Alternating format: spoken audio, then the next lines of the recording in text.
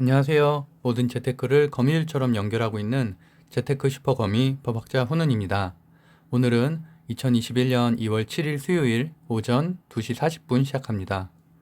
증시 현황을 저녁에 하면 가장 좋겠는데 제가 직장 외에도 8개 정도 일을 하다 보니까 이렇게 새벽에나 올리고 있습니다. 앞으로는 좀 간단히 올리더라도 저녁 한 10시쯤엔 올릴 수 있도록 좀 아이디어를 좀 내보도록 하겠습니다.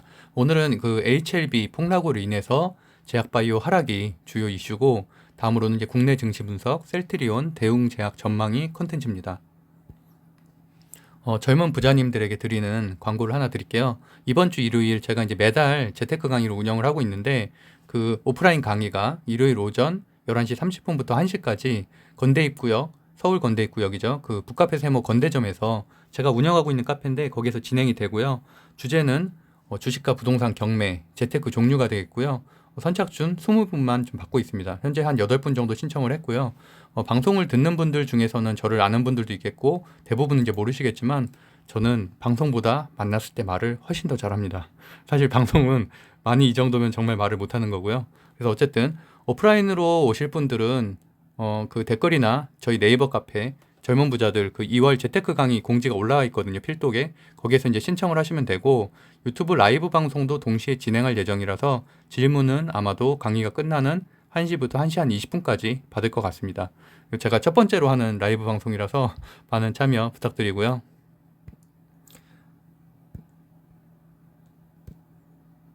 오늘의 증시를 잠깐 볼게요.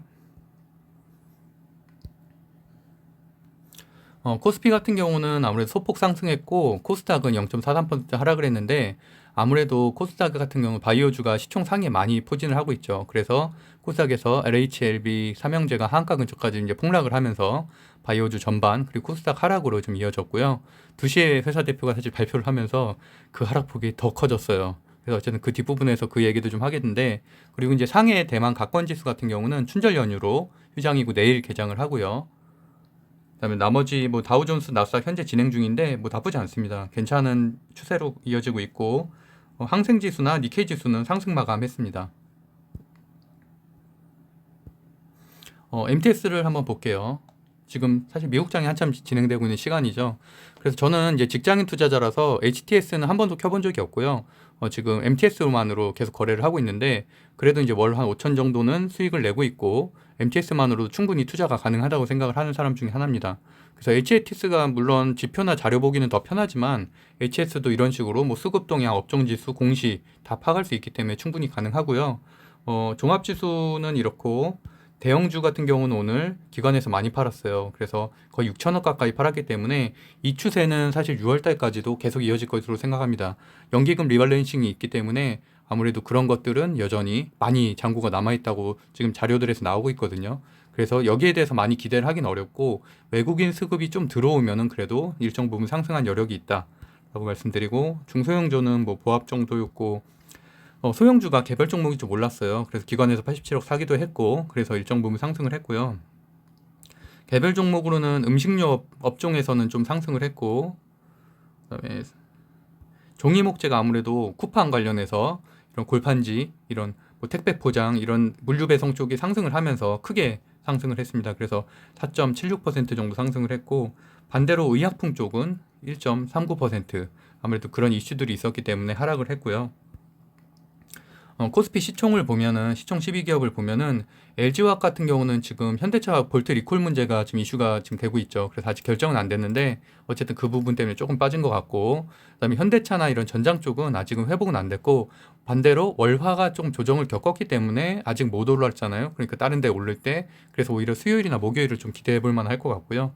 그럼에도 불구하고 저는 계속 테라법, 테슬라 투자법이라고 말씀드리죠. 전기차, 배터리, 자율주행, 우주항공, 태양열, 이 종목들은 여전히 올해의 주도주임은 분명하다라고 말씀을 드리고 있고요.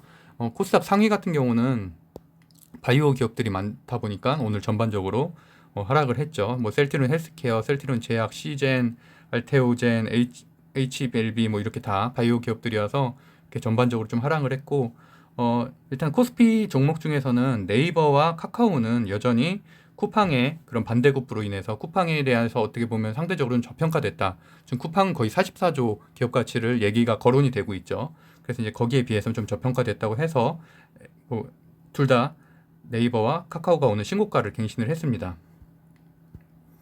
그리고 개별 종목을 보면은 반도체 관련해서는 뭐 여전히 이제 삼성전자나 이런 바이든 행정명령이 있기 때문에 좀 기대감이 있어서 일정 부분 상승을 하면서 마감을 했고, SK 하이닉스도 장초보다는 좀 빠지긴 했지만 괜찮았었고요.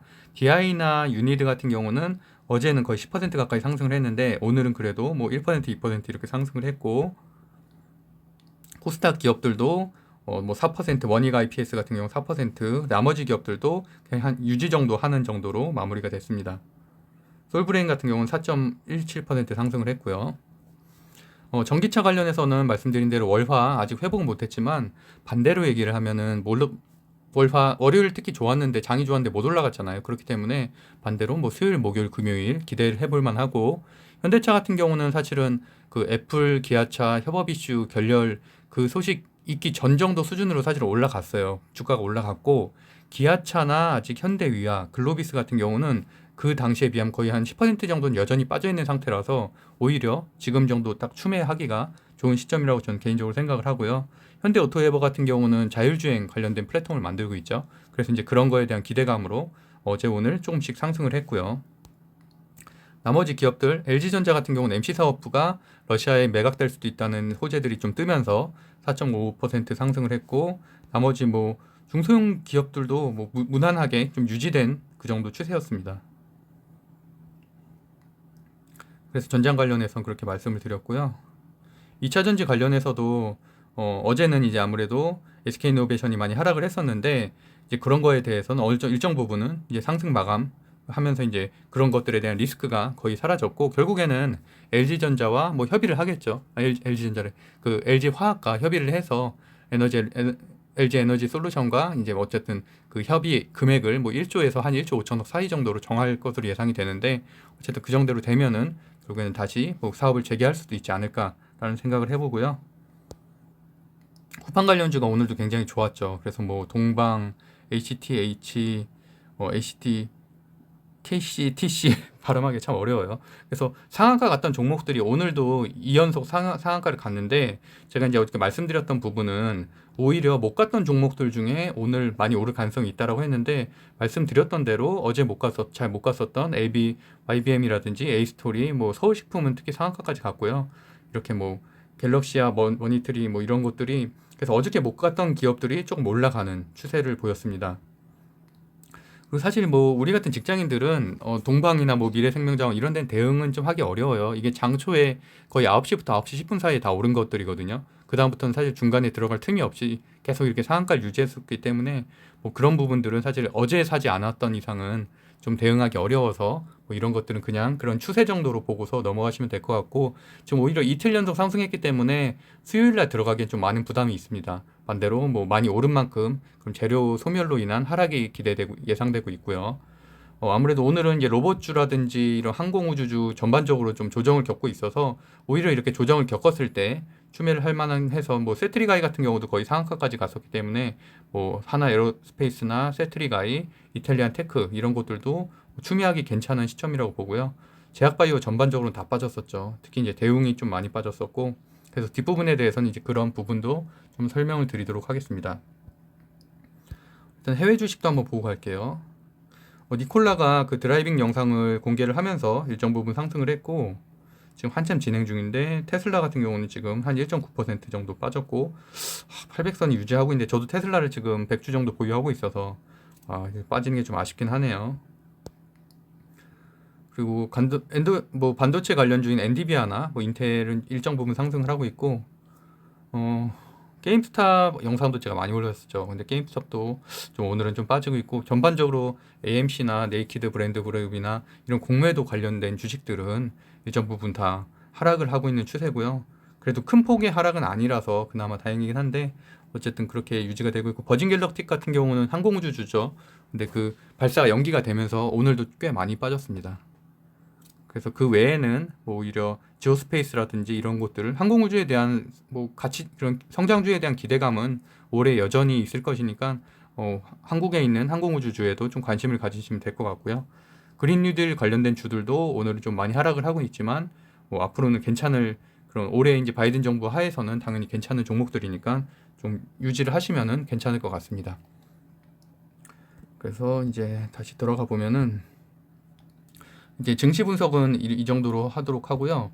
오늘도 어쨌든 쿠팡 관련주들이 많이 상승을 했고 네이버 카카오가 역사적 신고가를 갱신을 했죠. 이커머스 시장 그래프를 보면은 네이버가 17%, 쿠팡이 13%, 이베이코리아가 12%, 옥션 지마켓이죠. 그리고 11번가가 6%인데 어쨌든 쿠팡이 지금 44조에 대한 뭐 시총 가치 이런 기사들이 막 나오기 시작하면서 피어 그룹들이 이렇게 네이버 쇼핑이나 이마트 쓱닷컴 이런 곳들이 상대적으로 뭐 저평가되어 있다 해서 이렇게 동반 상승을 하고 있고요. 어쨌든 네이버는 39만 4천 원, 카카오는 51만 4천 원에 장마감을 해서 신고가고 지금 그럼 들어가도 되냐는 질문을 드린다면은 저는 사실은 오늘보다는 조금 조정이 있으면은 상승 중이면 들어가긴 좀 아쉽다라고 말씀드리고요. 조정이 있어서 당연히 빠진 날도 오겠죠. 뭐 한 3, 4%라도 빠진 날이 오면은 그때 들어가는 거가 낫다고 말씀을 드리고요.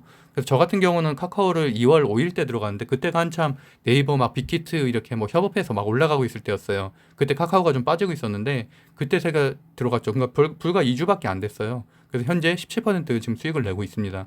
그래서 그런 식으로 오를 때는 이렇게 이렇게 변동성이 심해지는 코스피 장에서는 오를 때 팔고 이렇게 많이 조정이 올 때 그럴 때 사는 것을 그래서 제가 아까 말씀드린 대로 뭐 지금 전기차 관련된 것들이라든지 바이오라든지 이렇게 좀 빠졌을 경우에 사는 것을 좀 추천을 드리고 있고요. 네이버 카카오 같은 경우는 또 순매수, 외국인 순매수도 이제 중요한 지표로 하나 보고 있죠. 그래서 외국인 매집이 있어야 앞으로 상승 여력이 생기니까 이제 그런 것들. 그리고 어쨌든 목표가도 상향 조정이 돼서 현대차 증권에서는 네이버를 50만 원으로 하이투자 증권에서는 카카오를 63만 원으로 상향 조정했습니다. 당연히 이런 플랫폼 기업들, 인터넷 기업들은 장기 보유에도 괜찮은 기업들이고 말씀드린 대로 일정 부분 단기간이 많이 상승을 했기 때문에 조정이 왔을 때는 뭐 추매를 하든지 아니면은 일단 팔고 조정이 오면 다시 사든지 뭐 이런 방식으로 접근을 해도 괜찮을 것 같습니다. 그리고 이제 오늘의 가장 큰 이슈였죠. HLB 폭락에 대해서 간단하게 말씀드릴게요. HLB는 이제 신약 허위 공시 의혹 제기. 사실 아직 확정된 건 아니기 때문에 당연히 주주분들은 당연히 굉장히 뭐 불쾌할 수도 있고요. 이런 것들에 대해서 어쨌든 간에 뭐 저도 사실 대웅제약이라든지 이런 그 셀트리온이라든지 이런 제약바이오로 사실은 좀 피해를 많이 봤기 때문에 피해라고 보기엔 좀 그렇지만 어쨌든 주가 하락으로 인해서 마음앓이를 하고 있잖아요. 그래서 저도 동감은 어느 정도 하고 있는데 어쨌든 의혹 제기로 인해서 오늘 하한가 근처 27%까지 폭락을 했었고 HLB는 원래 합성수지선, 뭐 건조업, 구명정 이런 제조업체이고요. 자회사인 HLB 생명과학이 신약 개발도 이렇게 하고 있습니다. 그래서 이제 오늘 기준으로 시총은 3조 5천억 정도 되고 그래서 코스닥 한때 3위 하던 기업인데 오늘은 하락해서 이제 9위 정도를 기록을 하고 있고요. 어쨌든 항암 신약 후보 물질이었던 리보세라닙 참 발음이 어려워요. 임상 결과 이제 허위 공시 논란으로 삼형제 다 급락을 했고요. 그래서 이어서 이제 코스닥 같은 기업인 셀트리온 헬스케어라든지 뭐 시젠, 알타오젠 다 이제 바이오 전반 약세로 이어졌다는 게 이제 평이고요. 그래서 현재 시총 3위에서 8위로 하락을 한 추세고 진양곤 회장이 이제 2시에 유튜브로 해명을 했는데 저도 그걸 영상을 봤거든요. 2시에 잠깐 켜서 봤는데 굉장히 좀 답답한 느낌을 좀 받았어요. 좀 라이브도 아니고 사실 녹화 방송이었는데 그럴 바에는 좀 간단 명료하고 확신 있게 좀 어떻게 두 가지식으로 좀 구성을 했어야 되는데 앞에 조금 뭐 이상한 소리 많이 하고 그다음에 이제 뒷부분에도 좀 애매하게 표현하고 하니까 주주들이 좀 더 불안감을 좀 느끼는 것 같아요. 그래서 어쨌든 발표하고 나서 더 하락을 했죠. 어쨌든 그 내용을 보면은 2019년 임상 결과가 공개되면서 두 개 중 하나가 유효성 지표의 통계적 유의성을 확보하지 못하고 그걸 뭐 시장에 공유했다. 이런 표현인데 좀 이게 공유라는 표현이 참 애매하죠. 그리고 이제 뭐 그거를 FDA 신약 허가 미팅 때도 밝혔다라는 내용인데 어쨌든 발표 전에는 한 20% 정도까지 빠졌다가 제가 운영하고 있는 그 젊은 부자 주식방에서도 추매했다는 사람들이 좀 있었거든요. 그 저점 추매가 이어지면서 반등을 했었는데 오히려 이렇게 대표가 발표 후에 더 하락을 했죠. 그래서 이제 그 영상을 잠깐 보여드릴게요. 이런 것들은 사실 주린이 분들은 이런 경험을 못할 가능성이 좀 있기 때문에 전 좀 중요하다고 생각하는 것들을 이렇게 찍어두거든요. 이렇게 이게 2시 15분이에요. 2시 15분에 지금 이렇게 VRT 이렇게 걸릴 정도로 큰 하락이 있었죠. 큰 하락이 있어서 20% 정도 상승 하락을 했고 뒷부분으로 갈수록 점점 더 하락하고 있는, 물론 일정 부분 상승을 했었는데 다시 뭐 마지막에 지금 한 2시 3시 되면서 더 하락을 해서 이때 사실 추매를 하시는 분들도 있었겠죠. 추매를 하시는 분들도 있었고, 뭐 장기적으로 보면은 당연히 뭐 제약바이오 뭐 이 약 말고도, 신약 말고도 뭐 다른 것들에 대한 가능성을 좀 높게 평가하는 사람들도 있겠지만 결론적으로 어쨌든 27% 하락을 했고 현재도 시간에도 한 4% 정도 빠진 상황입니다.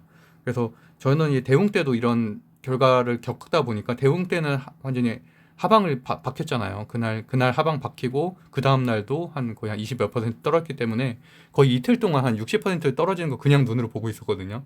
그때 사실은 저는 완전 초기였었기 때문에 뭐 제가 이제 빼야 되거나 이런 대응에 대한 생각도 좀 못했고, 그래서 어쨌든 이제 그런 것들 때문에 이제 이런 것들을 한번 경험을 하시면 제약바이오의 어떻게 보면 좀 위험성이죠. 이런 것들을 좀 한번 느껴보셨으면 좋겠을 것 같아서 이렇게 영상을 찍어봤고요.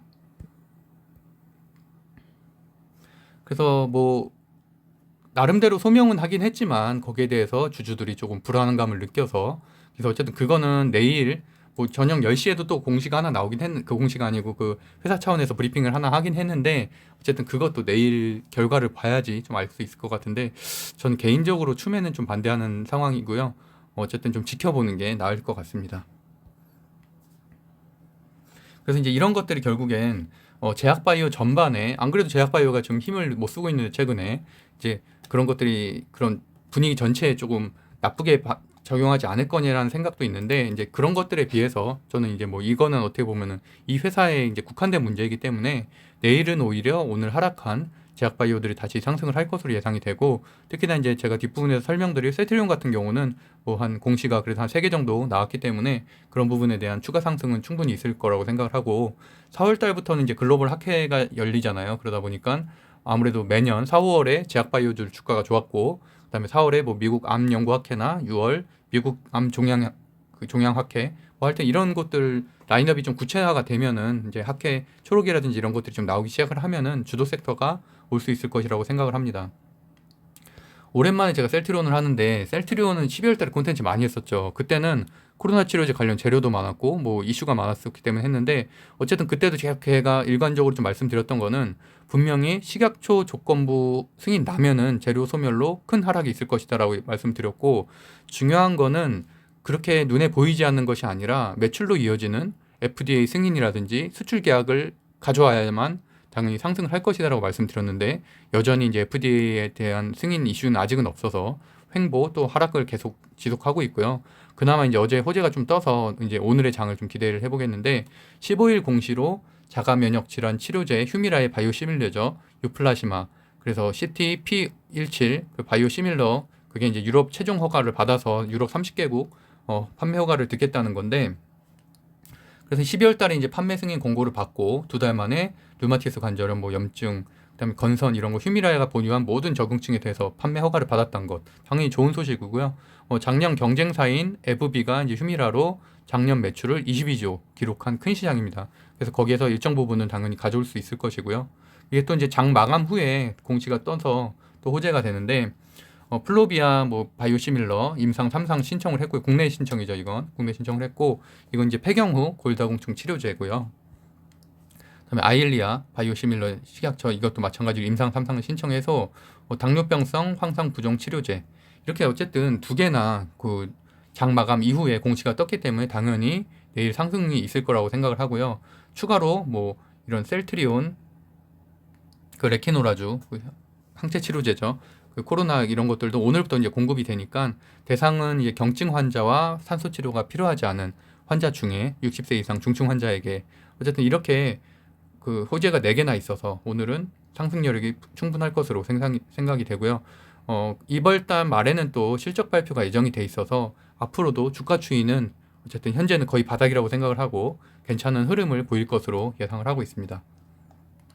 마지막으로 대응 전망인데요. 대응 전망도 제가 예전에 현대바이오와 함께 이렇게 구조를 분석을 하면서 많이 콘텐츠를 올렸었죠. 최근에는 올리고 싶어도 소식이 없어서 제가 좀 뜸했습니다.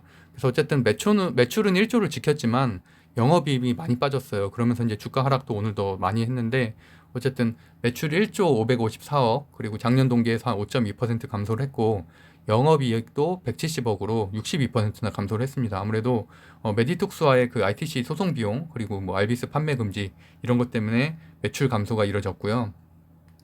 그나마 이제 메디톡스와 분쟁 중인 이제 나보타 미국 판매가 항소 결과 전까지는 판매가 허용됐다는 게 일정 부분 호재라서 뭐 그나마 내일은 최소한 이제 유지 정도는 되지 않을까 생각을 하는데 어쨌든 대웅제약이 이제 실적도 좀 아쉽고 반등할 만한 재료가 있어야만 상승할 것으로 좀 생각이 됩니다. 그래서 코로나 치료제 삼성 지금 진행 중인 호이스타정하고 카모스타트에 조금 좋은 소식이 있으면 좋겠다고 생각을 합니다.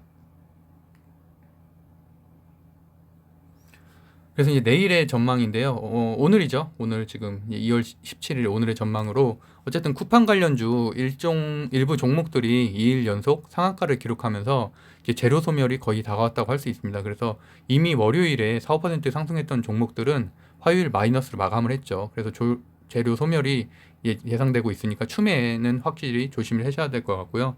그리고 오늘도 이제 기관이 6천억 원 이상 매도를 하였고 6월까지 어쨌든 60조 가량 매도할 것으로 예상이 되기 때문에 기관의 매수를 기대하기는 좀 어려운 상황이고 결국엔 외국인 매수가 들어와야 상승 여력이 있으니까 관심 종목들의 외국인 수급 상황을 꼭 살펴보시고요.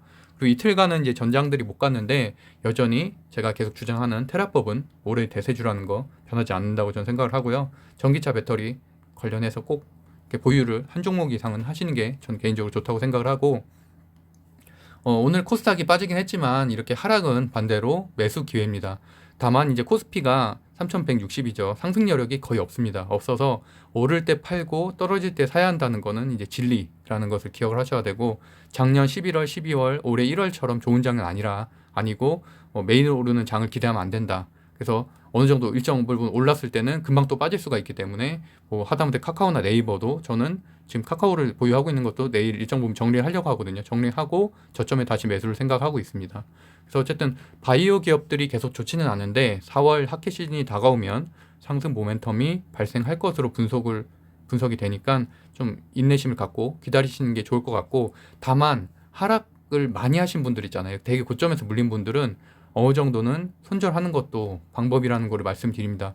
왜냐하면 저 같은 경우도 지금 대웅제약에 거의 2달 반 정도 돈이 물려 있는데 아무래도 이제 이게 사실 다른 종목들은 오르는 게 뻔히 보이잖아요. 저도 계속 지금 말을 하고 있고 그래서 물론 저도 다른 종목에도 많이 투자를 하고 있지만 사실 이 돈을 빼서 다른 종목에 하면은 30~40% 충분히 많이 할 수 있다고 저는 생각을 하거든요. 근데 이제 그럼에도 불구하고 사실 저는 호이스타정이나 이런 거에 대한 일정 부분 왜냐면 경구약으로서는 거의 최초니까 기대감을 가졌기 때문에 사실 지금까지 2달간 보유하고 있었지만 그 믿음이 점점점 약해지고 있는 것 같아요.